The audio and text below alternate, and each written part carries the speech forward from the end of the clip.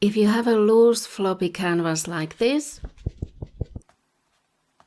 here are 3 possible ways to fix it. Turn the canvas around to see if it has these holes in the inner corners of the wooden frame. It means you can use these wooden wedges that maybe came with the canvas if you bought it new, or if you don't have any, you can also buy a set of them separately. These are canvas stretcher keys and you need 2 of them for each corner, so 8 altogether. You place them in the empty slots, pointed towards the corner, and push them in with your thumbs, and then tap them in place with a hammer, but do it gently so you don't break the wooden stretcher bars. You're supposed to make this crack in the corner bigger, and that means the stretcher bars are pushed further apart, which in turn tightens the canvas. This is supposed to be a permanent fix, but you can also take them out and redo it and adjust them if you're not happy with how it turns out. If the wooden stretcher bars of the canvas don't have the slots for wedges and you're starting a new painting, you can prime the canvas with gesso. And that will not only prep the canvas for painting if you need it to, but also harden and shrink the canvas when the gesso dries.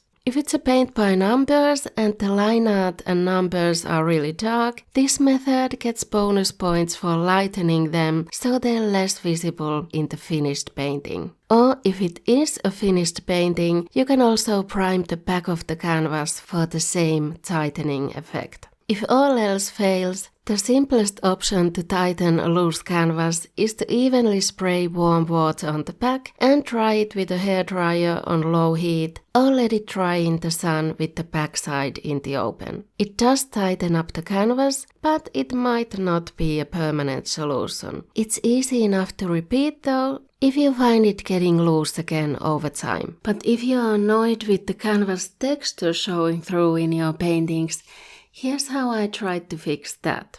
See you there.